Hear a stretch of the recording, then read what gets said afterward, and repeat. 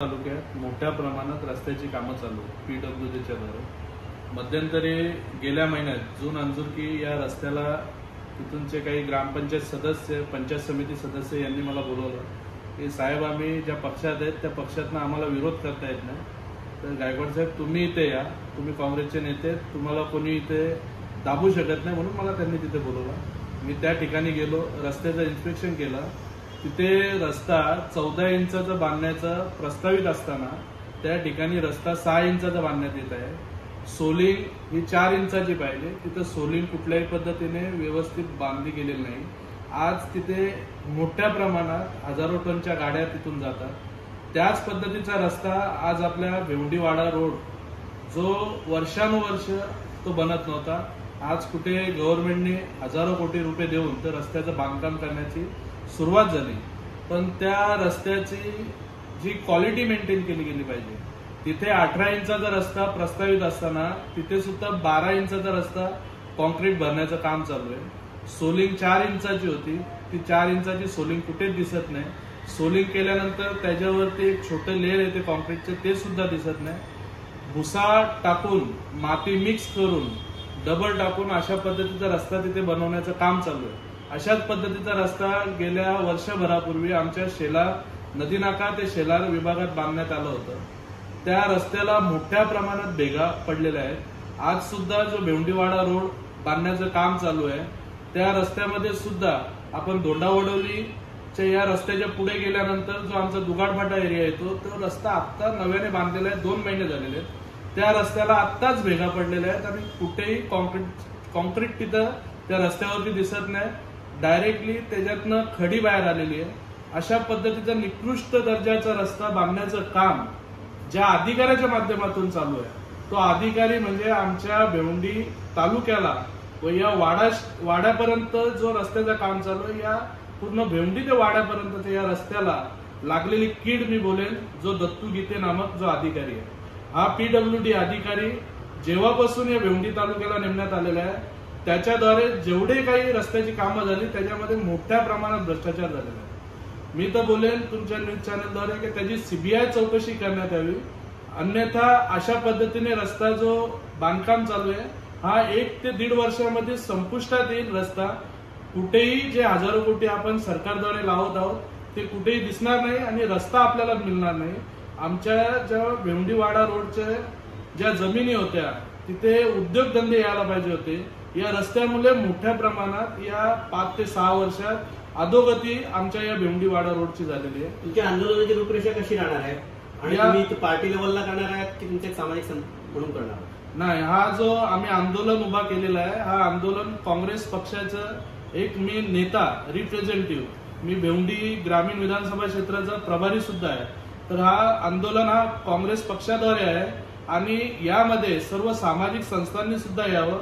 जे कोणी बोलत असतील का आम्ही सत्ताधारी पक्षात आहेत किंवा दुसऱ्या पक्षात आहेत, जर तुमचा पक्ष या भेवंडी वाडा रोडच्या राहणाऱ्या नागरिकांना न्याय देत नसेल तर तुम्ही सुद्धा या आंदोलनामध्ये सामील व्हायला पाहिजे, अशी माझी मागणी आहे. कोणत्याही पक्षाचा भेदभाव न करता, मी जरी काँग्रेसी असलो तरी आपण एक सामाजिक बांधिलकी म्हणून सर्वांनी या आंदोलनात उभं राहिलं पाहिजे. ही माझी सर्व पक्षातील कार्यकर्त्यांना माझी मागणी आहे की तुम्ही ज्या पक्षात काम करता, पण पक्षाच्या द्वारे आपण काम करत असताना समाजाला काहीतरी आपलं देणं लागतं.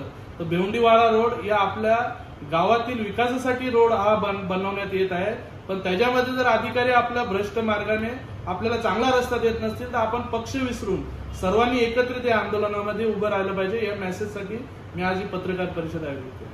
आंदोलन कोणत्या ठिकाणी करणार आहे? 9 तारखेला रविवारी आपलं जो कवाडचं टोल नाका आहे, जुनं टोल नाका होतं, त्या टोल नाक्यावरती रस्त्याचं जे काम चालू आहे ते अतिशय निकृष्ट आहे. त्या रस्त्यालगतच आपण बसून तिथे कुठलाही आपण हे करणार नाही, रस्ता बंद आंदोलन करणार नाही. कारण नागरिक ऑलरेडी त्या रस्त्याने वैतागलेले आहेत का वेलोवेली तिथे जाम लागलेला असतो. तर जो रस्त्याचं काम चालू आहे, त्या रस्त्याचं काम जिथे चालू आहे तिथेच आपण बसणार, तिथे आंदोलन करणार आणि जे रस्त्याचं निकृष्ट काम आहे ते सुद्धा तुम्हाला दाखवण्यात येईल. रविवारी 9 तारखेला 11 ते 1च्या दरम्यान ते आंदोलन होणार. संबंधित अधिकाऱ्यांना तुम्ही त्याबद्दल काय निवेदन दिलेले आहेत का?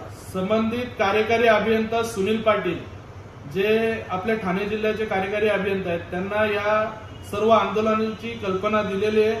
त्यांनी मला सांगितलं होतं की 9 तारखेच्या पहिले साहेब मी तिकडे येईन, गायकवाड साहेब आपण सर्व रस्त्याचं इन्स्पेक्शन करू, वाड्यापर्यंत जाऊ.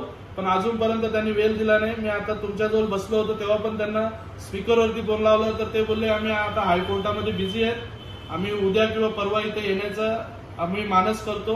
पण अजूनपर्यंत त्यांनी सुद्धा वेळ दिलेला नाही. पोलीस प्रशासनाला आपण कळवलं आहे आणि परमिशन घेतलेली आहे की उद्या याची नैतिक जिम्मेदारी कोण घेणार, तुम्ही घेणार की पोलीस प्रशासन? वरिष्ठ पोलीस निरीक्षक आमचे भेवंडी तालुक्याचे एडकेजी त्यांना या संबंधित लेटर सुद्धा दिले, आम्ही निवेदनद्वारे कळवले. आम्ही आंदोलन ठेवतोय 28 तारखेला त्यांना या संबंधित माहिती दिलेली होती आपण आणि त्यांच्याजवळ लिगली आपण परमिशन मागितलं. आम्ही रस्ता रोको आंदोलन न करता आमच्या इथे जे तालुक्यामध्ये जे PWD अधिकारी दत्तू गीते नामक त्यांच्या विरोधात हा निषेध आंदोलन आहे आणि आम्हाला चांगला रस्ता मिळाला पाहिजे यासाठी आम्ही आंदोलन ठेवले अशी त्यांना पूर्वकल्पना दिलेली आहे. तुम्ही भिवंडीवाडा रोडच्या जे स्थानिक रहिवासी आहेत त्यांना तुम्ही काय? मी स्थानिक रहिवाशांना सर्वांना मी आपल्या न्यूज चॅनलद्वारे सांगू इच्छितो की ज्या पद्धतीने वेळोवेळी आपल्या रस्त्याला आपली जी मुलं, आपले काही जे भाऊ असतील ते सुद्धा त्यांचा जीव मुठीत घेऊन ज्या पद्धतीने या खराब रस्त्याला प्रवास करत असतात, जोपर्यंत तो आपल्या घरी येत नाही तोपर्यंत आपल्याला दागदुखी असते. तर आपल्याला चांगला रस्ता मिळाला पाहिजे, त्यासाठी हे आपण आंदोलन उभं केलेलं आहे. तर आपण सर्वांनी या आंदोलनामध्ये यावं आणि आपल्या रस्त्याला चांगल्या कंपन्या येण्यासाठी चांगला रस्ता पाहिजे. जर आपल्या विभागात चांगलं उद्योगधंदे यायला पाहिजेत, आपल्या लगत जर कंपन्या व्हायला पाहिजेत, आपल्याला चांगलं राहणीमान उच्चतम व्हायचं असेल तर आपल्या जमिनींना सुद्धा चांगला भाव यायला पाहिजे. त्यासाठी आपण या आंदोलनात या. आपली जी दुर्गती या रस्त्याने केलेली आहे तो चांगला रस्ता तुम्हाला मिळण्यासाठी मी आंदोलन करतोय. तर त्यासाठी सर्वांनी एकत्रित येऊन या आंदोलनामध्ये सामील व्हा हीच मी सर्व आमच्या विभागातील आमचे जे नागरिक आहेत, माझे जे भाऊ आहेत त्यांना मी विनंती करतो.